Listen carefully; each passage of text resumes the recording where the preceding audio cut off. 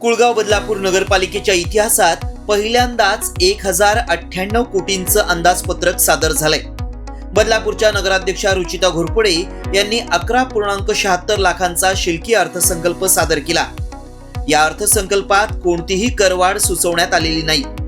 महत्त्वाचं म्हणजे या अर्थसंकल्पात शिक्षण, आरोग्य, पायाभूत सुविधांवर भर देण्यासोबतच मालमत्ता करात 50% सवलत आणि नगराध्यक्षा कन्या सन्मान योजनेसारख्या महत्त्वपूर्ण योजनांची घोषणा करण्यात आली आहे। सत्ताधारी आणि विरोधक दोघांच्याही संमतीनं पालिका सभागृहात एकमतानं या अर्थसंकल्पाला मंजुरी देण्यात आली।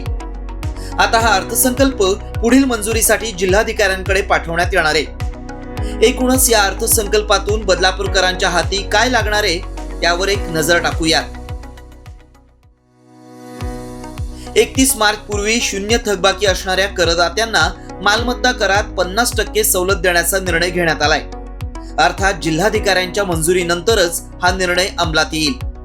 या अर्थसंकल्पात महिला आणि बालकल्याण विभागासाठी 3.80 कोटींची तरतूद करण्यात आली आहे। नगराध्यक्षा सुकन्या योजनेच्या माध्यमातून बदलापुरात जन्माला येणाऱ्या मुलींचं स्वागत केलं जाईल। तिच्या नावानं 5,000ची ठेव ठेवण्यात येईल। वयाची 18 वर्ष पूर्ण झाल्यानंतर त्या ठेवीचा शिक्षणासाठी उपयोग केला जाईल। सांस्कृतिक भवनासाठी 5 कोटी, नगराध्यक्ष आरोग्य योजनेसाठी 1 कोटी, गर्भसंस्कार केंद्रासाठी 50 लाखांची तरतूद करण्यात आली आहे। शिक्षणासाठी 13 कोटींची तरतूद करण्यात आली आहे। त्या अंतर्गत नगरपालिका शाळांना आणखी सक्षम केलं जाईल।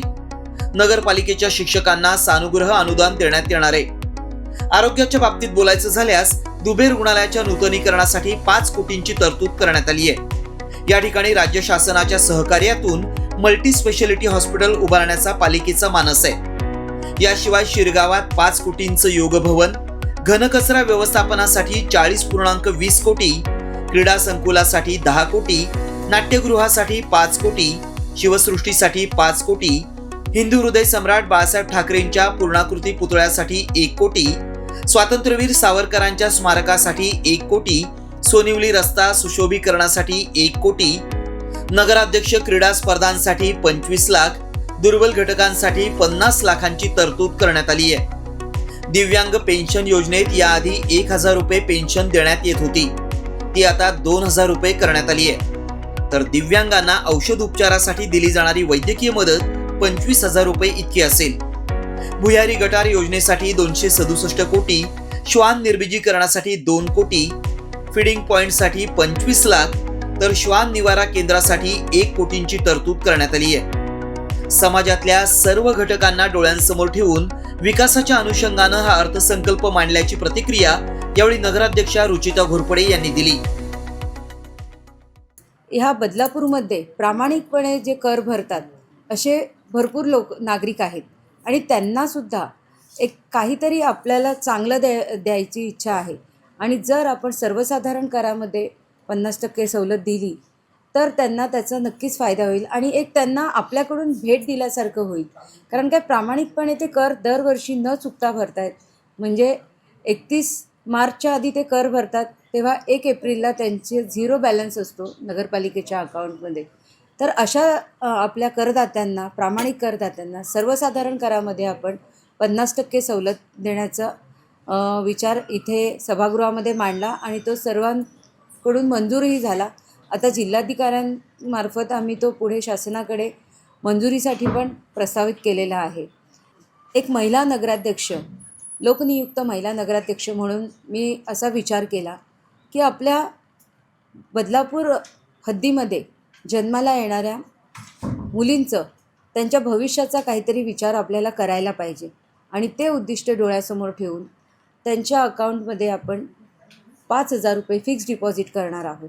आणि जेव्हा त्यांचं जन्मदाखला बनेल आणि त्याच्यानंतर त्यांचा आधार कार्ड बनेल, त्यानंतर त्या मुलीच्या आईवडिलांनी येऊन ह्या योजनेमध्ये फॉर्म भरावा आणि त्या मुलीच्या अकाउंट तयार करून त्याच्यामध्ये हे FD आपण करणार आहोत 5,000। आणि हे 5,000 रुपये ती 18 वर्षाची झाल्यावर तिच्या शिक्षणासाठी तिला चांगल्या प्रकारे उपयोग होईल। असं प्रत्येक मुलीसाठी आपण करणार आहोत। तर एक अंदाजाने आम्ही 1,500 मुली वर्षभरात जन्माला येतील असा एक अंदाज घेतला आणि त्यानुसार 75 लाखाची तरतूद आम्ही ह्या आजच्या अर्थसंकल्पात मंजूर केलेली आहे. तर महिला, शिक्षण, आरोग्य, पाणीपुरवठा, रस्ते यावर भर देणारा हा अर्थसंकल्प असून या खऱ्या अर्थानं विकासाची पंचसूत्री असल्याचं उपनगराध्यक्षा प्रियांका दामले यांनी म्हटलंय. आजचं जे अर्थसंकल्प सादर करण्यात आलं हे खऱ्या अर्थाने मी म्हणेन की महिलांना, विद्यार्थ्यांना, मुलांना केंद्रबिंदू ठेवून हे अर्थसंकल्प योजलेलं आहे आणि 1000 कोटीपेक्षाही जास्तचं हे अर्थसंकल्प आहे. आणि खरंच हे अर्थसंकल्प तयार करताना किंवा मांडताना आम्ही सगळ्याच क्षेत्राचा किंवा सगळ्याच गोष्टींचा विचार विनिमय आम्ही केलेला आहे. आणि शिक्षण असू दे, मग रस्ते, त्याच्यानंतर आरोग्य, पाणीपुरवठा, महिला बालविकास, ह्या 5ही गोष्टींचा, म्हणून मी म्हणते की पंचसूत्र असं हे अर्थसंकल्प आहे. आणि प्रत्येक क्षेत्राचा विचार करून त्यांना जास्तीत जास्त आम्ही सुविधा कसे देऊ आणि जास्तीत जास्त बदलापूरचा विकास, एक प्रगत बदलापूर म्हणून आपण कसं त्याला घडवू शकू, ह्या गोष्टींचा विचार करून हे अर्थसंकल्प सादर केलेला आहे. आणि हे सगळं करत असताना कुठेतरी नागरिकांना मिळणाऱ्या सुखसुविधा आणि त्यांचं आरोग्य हे प्रामुख्याने आम्ही त्याच्याकडे लक्ष देणार आहोत. आणि शिवाय स्वच्छ बदलापूर आणि हरित बदलापूर हे आमचं मानस आहे. आणि ह्या पुढील 5 वर्षात आम्ही त्याच्यावरती अगदी जोमाने काम करणार आहोत. 10 वर्षांच्या प्रशासकीय राजवटीनंतर लोकनियुक्त नगराध्यक्षांनी बजेट सादर करण्याची ही पहिलीच वेळ आहे. या अर्थसंकल्पात विकासाच्या अनेक प्रकल्पांवर भर देण्यात आलाय.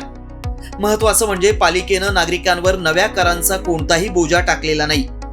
बारामतीच्या धर्तीवर बदलापूरचा विकास असो किंवा सुटसुटीत मालमत्ता कर आकारणी धोरण, सत्ताधाऱ्यांनी या अर्थसंकल्पाच्या माध्यमातून शहर विकासाला गती देण्याचा प्रयत्न केला असला तरी या अर्थसंकल्पातील घोषणांची काटेकोर अंमलबजावणी होणंही तितकंच गरजेचं आहे. 1000 कोटींचा हा अर्थसंकल्प हवा भरलेल्या फुग्यासारखा असू नये हीच काय ती अपेक्षा. सिद्धेश हरवटेसह मयुरेश कडव, एकमत न्यूज, बदलापूर.